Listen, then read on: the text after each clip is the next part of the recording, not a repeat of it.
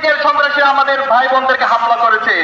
এর প্রেক্ষিতে 17 জুলাই ঢাকা বিশ্ববিদ্যালয়ের প্রতিটি হল থেকে এই ছাত্রলীগের সন্ত্রাসীদেরকে বের করে দেওয়ার পরে মাধ্যমে বাংলাদেশের প্রতিটি ক্যাম্পাসকে আমরা মুক্ত করেছিলাম।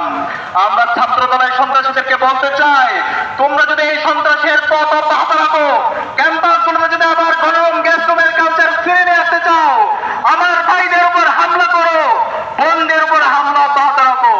আমরা ছাত্রলীগের যেই পরিণত করছিলাম তার চেয়ে ভয়াবহ পরিণতি আমরা তোমাদের করব।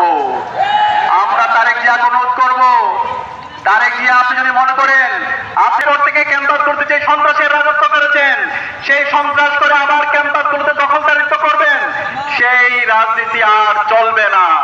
আমরা বেঁচে থাকতে আবু সাঈদের উত্তরসূরিরা, শহীদ আলী রায়হানের উত্তরসূরিরা বেঁচে থাকতে ক্যাম্পাসগুলোতে আর এই গণরম গ্যাসরুম সন্ত্রাসী, আল্লাহ আপনারা কি আছেন আমাদের সাথে?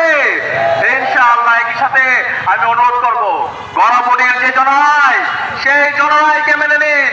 জুলাই শহীদদের যে আকাঙ্ক্ষা, সে আকাঙ্ক্ষার আলোকে একটা ইনসাফের বাংলাদেশ বিনির্মাণের জন্য কাজ করুন।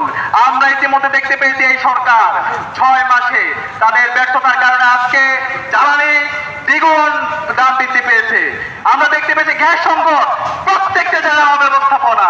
এই ব্যর্থতার দায় নিয়ে আমি দেশ বিনির্মাণ করার জন্য আপনারা কাজ করুন। এবং আমি সবাইকে অনুরোধ করবো, বাংলাদেশের সকল ছাত্র সমাজকে ক্যাম্পাসের শিক্ষার পরিবেশ নিশ্চিত করার জন্য এবং গণতান্ত্রিক চর্চা অব্যাহত রাখার জন্য আমাদের সবাইকে সজাগ থাকতে হবে। আমরা কি পারবো? ইনশাআল্লাহ। ইনশাআল্লাহ। ইসলামী ছাত্র শিবির শিক্ষার্থীদের অধিকার নিশ্চিত করার জন্য এবং ছাত্র সংসদগুলো শিক্ষার্থীদের নিরাপদ রাখার জন্য আমরা ইনশাআল্লাহ শিক্ষার্থীদের পাশে আসি, ইনশাআল্লাহ থাকবো, ইনশাআল্লাহ। ইনকিলাব জিন্দাবাদ।